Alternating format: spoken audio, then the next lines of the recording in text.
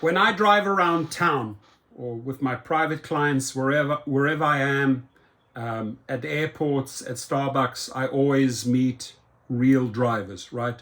These are the people, and the CEOs need to pay attention here. These are the people that bring in the money every day, every hour, without fail, hour after hour after hour. The real deals, right? The real deals out there that are bringing in buckets and buckets and wheelbarrows of cash. Now, when Uber CEO Dara Khosrowshahi gets in the car for the first time after 5 years at the captain's steering wheel, after 5 years, he makes an attempt to learn what these people are experiencing daily, right? What are these people going through when they're out in the field, right? The first time he even tries to connect with these individuals is 5 years later. Now, we just saw Logan Green and John Zimmer leave Lyft. Why did they leave? Because they had absolutely no clue how to run the show. In fact, they made no effort to connect with the people bringing in the money, paying their salaries, right? They were just recently replaced with the new CEO, David Risher, right? David Risher's nonprofit and work I've done in the past, surprisingly enough, have a lot in common, right? And I wrote David Risher an email, and I got a reply. Ladies and gentlemen, and I truly hope he follows through. It would be to his advantage, because I do believe there is a way out for Lyft. I do believe there is a way to turn this around if they follow certain steps, right? And the suggestions and the ideas and the input all come from drivers, people that these CEOs never wanted to connect with in the first place, right? Let them drive, let them bring in the money, let's exploit them, let's pay the minimum, let them drive, let them drive. This gentleman yesterday, I often invite drivers for a coffee, said, Torsten, I cannot make it work. I'm going to have to wind things down. I've been doing this for a long, long time. I'm tired. I'm putting in all these extra hours just trying to even make the same I did a few years ago. And the difference between, let's just say myself, and a CEO out there is that when you actually take the time to sit down with drivers, with real drivers, right? Male, female, done it all. When you sit down and listen to their stories, oh my God, you will learn so much. You'll be given so many tools, so much input how to turn your company around if you listen to these people. Now, Mr. CEO David Risher, congratulations on your new job. There's this big $980 million reward in front of you, which I think is achievable if you do certain things. And I hope you take me up on that offer just to have a one-on-one phone conversation. We don't have to broadcast our one-on-one on my channel, but there are certain things I need to tell you, because he's coming in there, he's coming in brand new at the job, and the first thing he says, I've learned 3 things, right? I took a couple of trips, which is good. It's truly, don't get me wrong, it's more than Dara Khosrowshahi, Logan Green, or John Zimmer ever did, right? He actually, on day 1, got in a car and took a couple of trips and says he learned a lot from those. But Mr. Risher, you were talking to riders, right? You were in the car as a driver and you had riders in your car. You didn't have drivers in your car. I will show you what it takes to connect with these people. these real people bringing in your money, getting their respect, right? There's a few things you can do. A, on social media, B, together with me, right? Because we control an army of drivers and we dictate the rhythm, right? We dictate whether there's strike after strike, boycott after boycott, protest after protest. We share the stories that you're failing us on safety, right? Every single day. And we push these stories out on YouTube, on social media, on Twitter.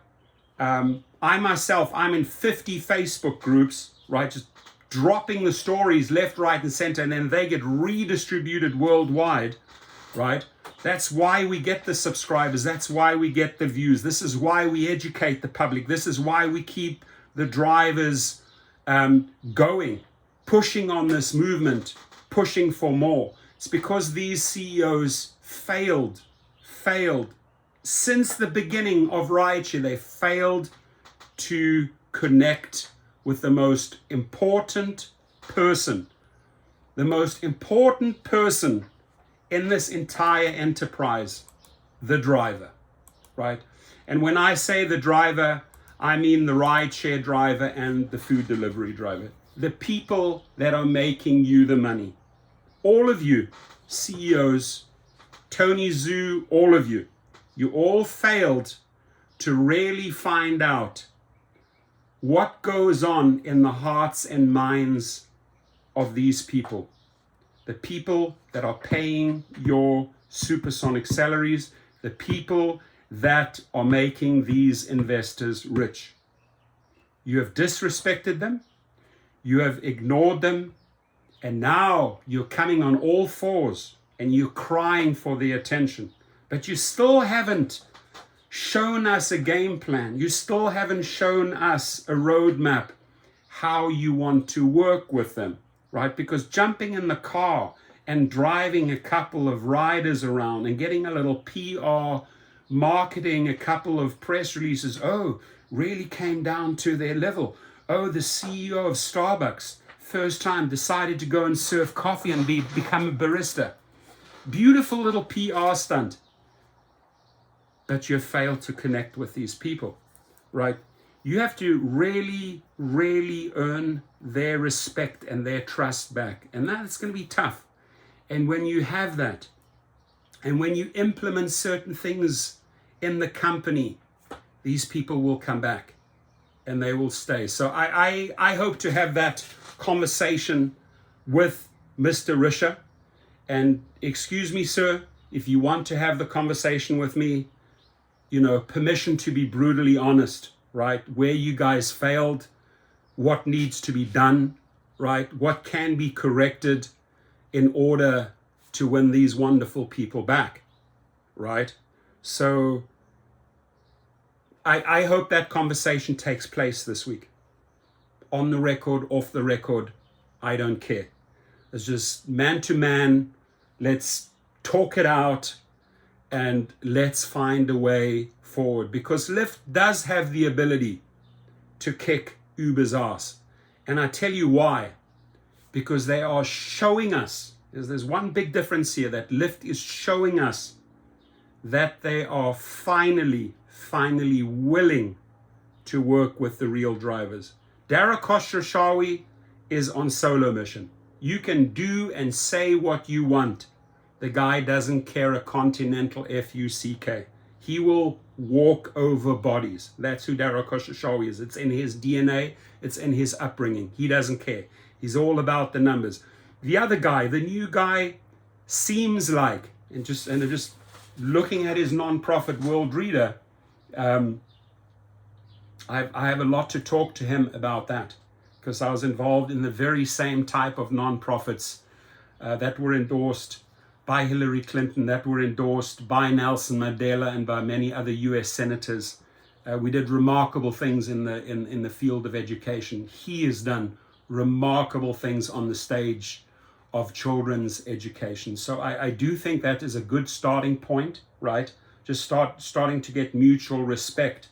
But I need to show this gentleman what it takes to get these people motivated and excited again, right?